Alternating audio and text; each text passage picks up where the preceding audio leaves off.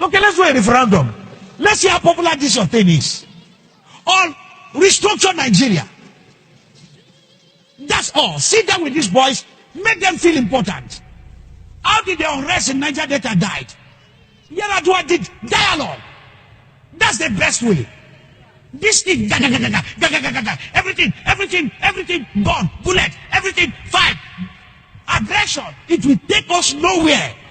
Our country is being torn apart by the incapacity to reconcile. Only 6 years after our independence, in 1966, some military officers thought that the politicians were not getting things right and staged a coup.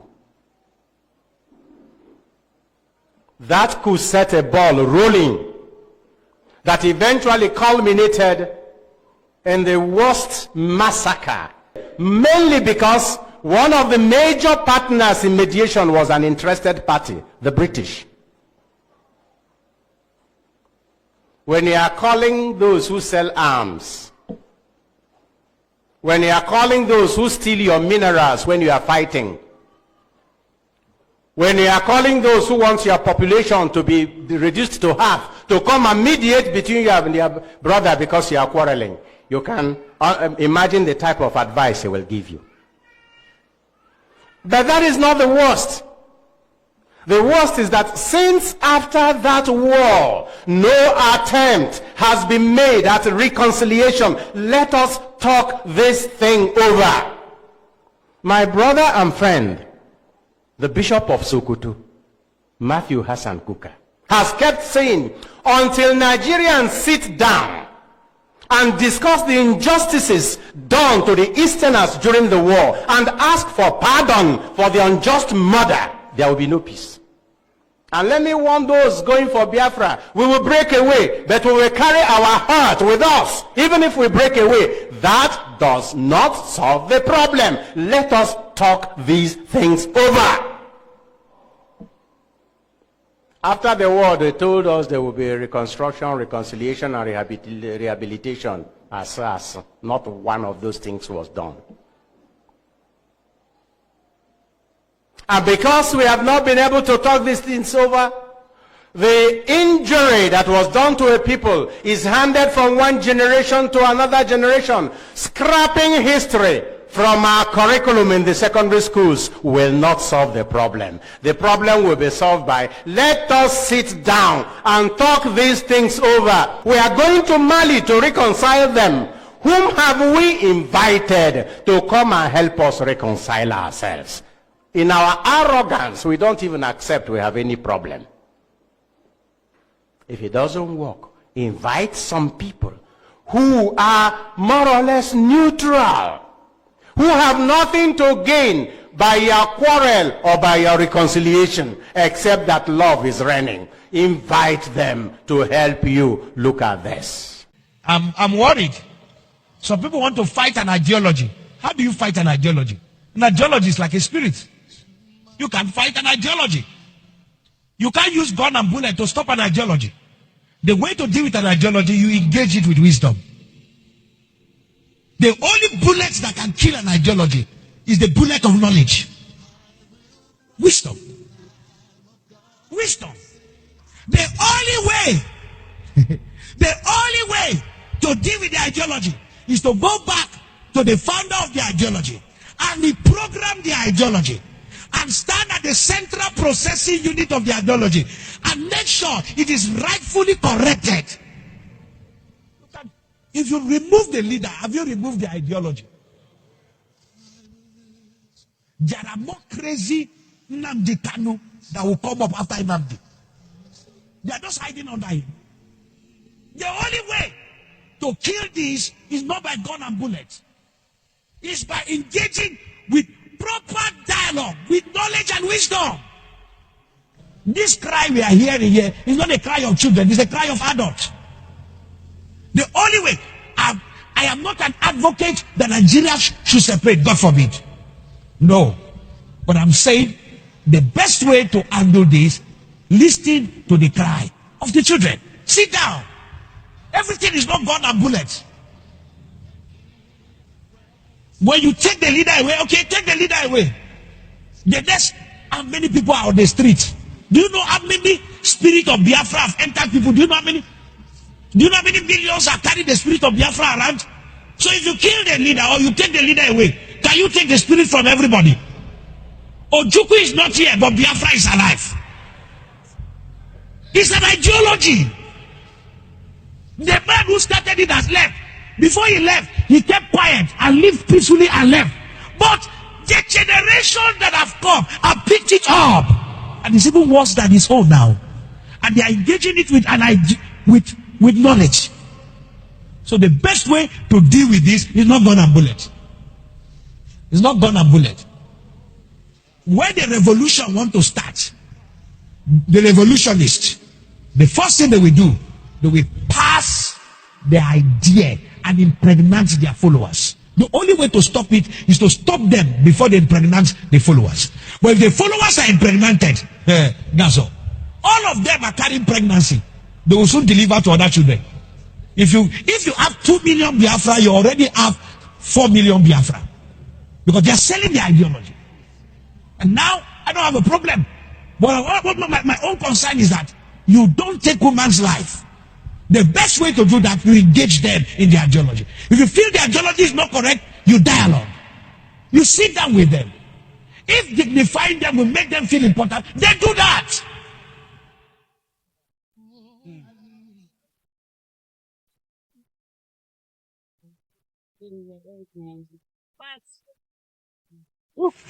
We can't be killing people and we're getting excited. No. Boko Haram is a terrorist group. Have you stopped them from killing?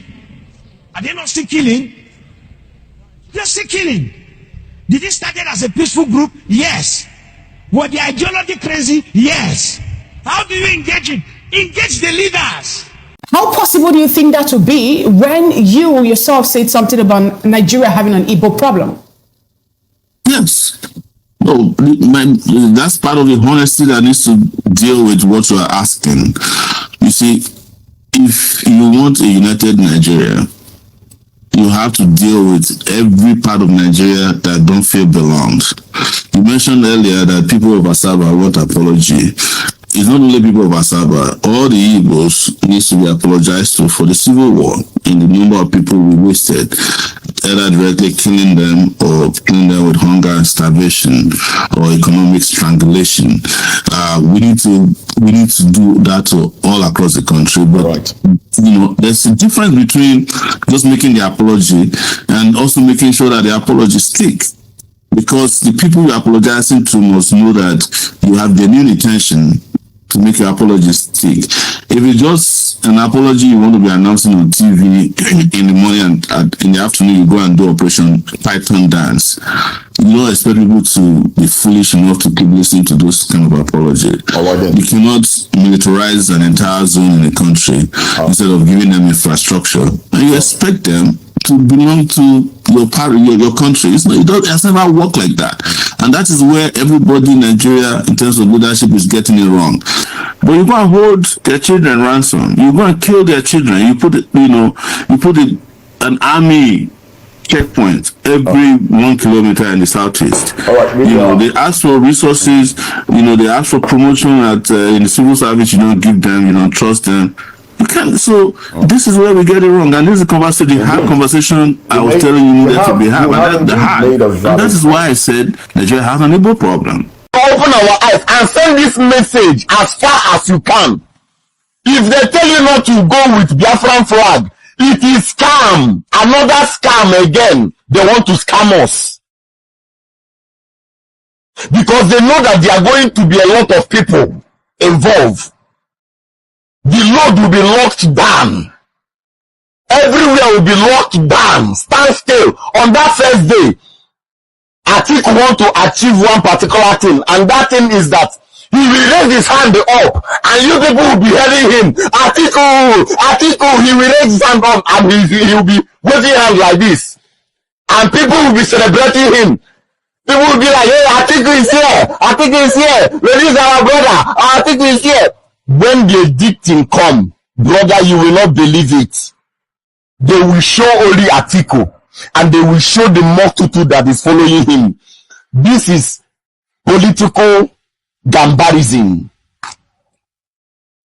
That's why Ebube Jesus said, after the first day, there will be a second day, there will be a third day, there will be a fourth day.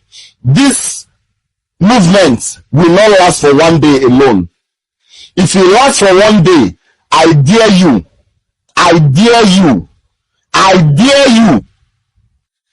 we will never achieve the release of Mazen Nnamdi Kanu.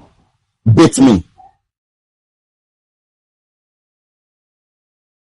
If it lasts for just one day and we all go home, Mazen Nnamdi Kanu will never come out. I dare you. It's not a prophecy. This one is physical experience. He will not come out. So when they finish their own political side, which we will not allow to work, that's why I say that Biafran flag first. If Atiku is standing here, Biafran flag should be in his front. Hey. Don't give chance. Don't give chance. If Atiku is standing here, Biafran flag should be in his front.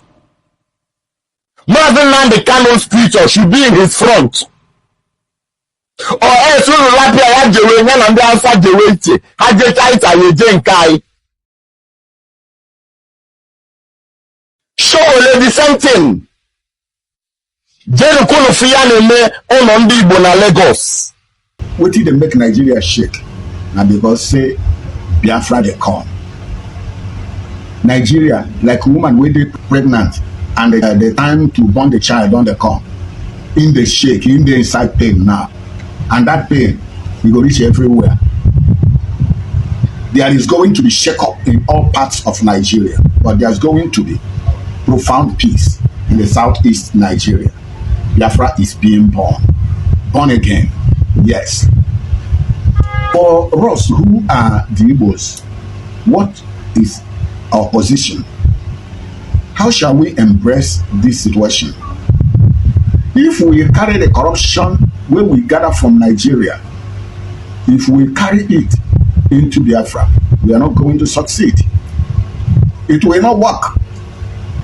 We must learn the true nature of Igbo people. What our forefathers kept for us, which we threw away because we found ourselves in the corrupt Nigeria, we must go back and pick them up. What are they made of? Number one, Nnamdi Kanu used to say it over the radio. We must be whiter than white and whiter than snow. That is the identity of a Biafran. We must be bold and fearless before our enemies so that we can defend the people who know will be able to defend themselves. That is the identity of Biafrans. It doesn't matter the race, the tribe, or where anybody is coming from. So far, injustice is being meted against that person. The Biafran will defend that person. That is who we are. Then you must be a very truthful person who can tell the truth against all odds. It doesn't matter whose ox is God. It doesn't matter even if it will take your life. That is the nature of a Biafran. Then you must make Chukwu Okike your God, the Almighty God. He must be your God and nothing else. If you bow down before any other thing in the name of God, you are doing yourself a harm and you will suffer for it. That's the way it is. That is the nature of Biafrans. I want us to understand that we must get back to the real nature of the Igbo person. Anyị bụ ndị na-anọ na nsọ, anyị na-asọ alụ. We must understand that all these things must be swept off when we are going back home. How can we achieve this? Please, I ask, all the major markets in Biafra land, all the major markets in Igbo land, please, during your prayer days, allocate 30 minutes or 1 hour dedicated to teaching our people who they are.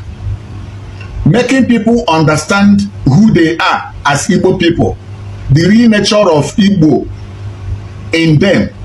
It can be revived. We can recover ourselves, and then all this corruption will be swept away.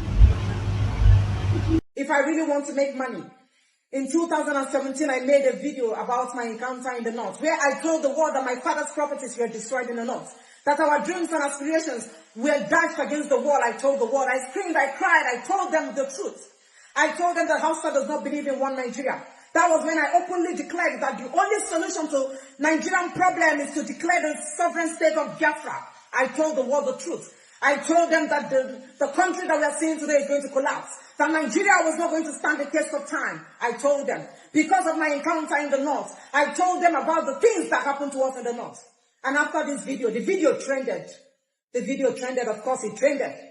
Your politicians, your governors and prominent men came to my inbox. They wanted to know what happened in the north.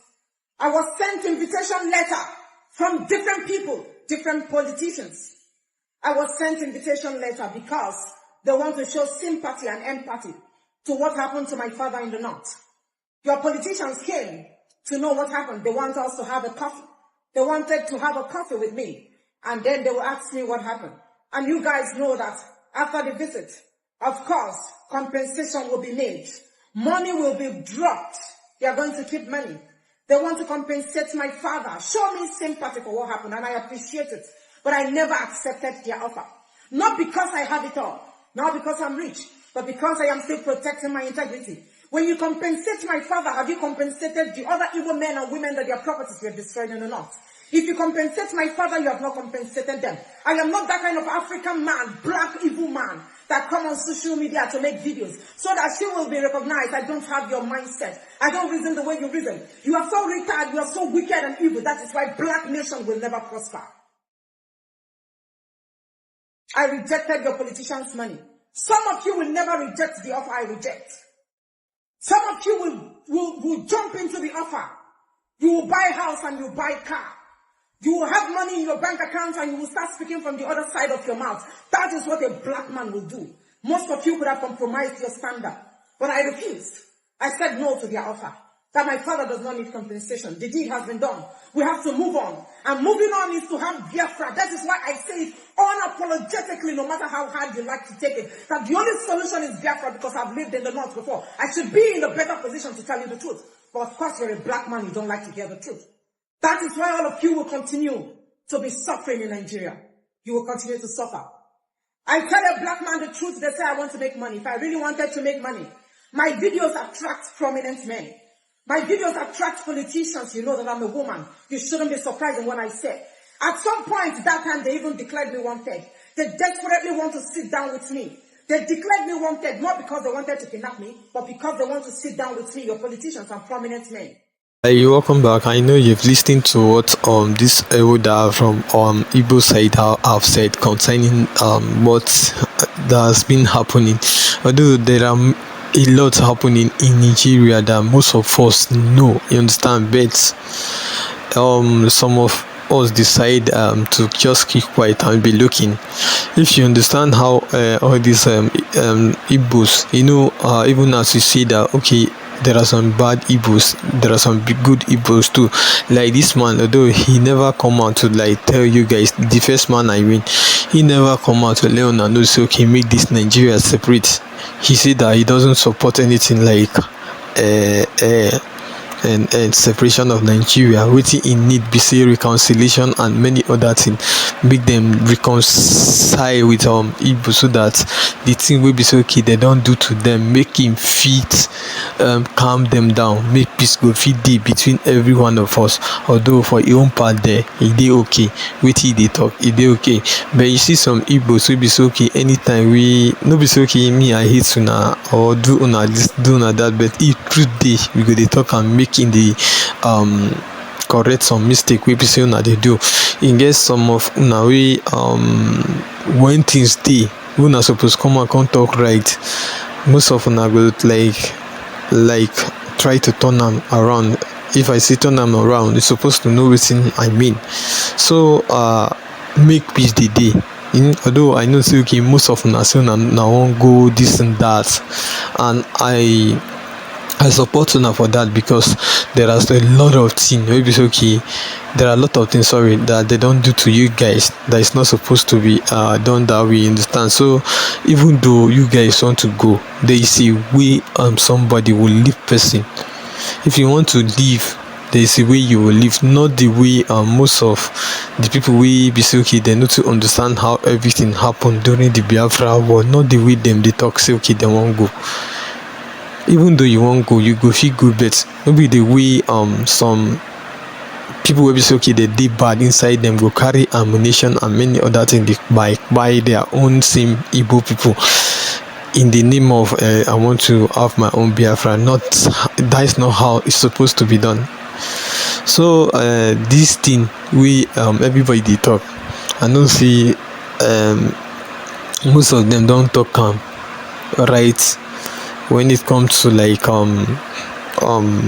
unity, understand? They don't put down right. It's just a we every one of you go understand, and it's just a we every one of you go come together. So all this thing happening is just a matter of time. So this matter of we go leave this country, we go leave that country, we go settle very soon. So make everybody calm down, make peace day for now. As we did now, we that unit that separation of the thing where every one of us know see e go take before e go come. So make every one of us just calm down, make every one of us dey live in peace, so that we go fit dey survive together. Thank you all. And for you hearing this, if you have something to say concerning this, make you drop your own say below. And also if today is your first time, make you like, share, subscribe. Thank you.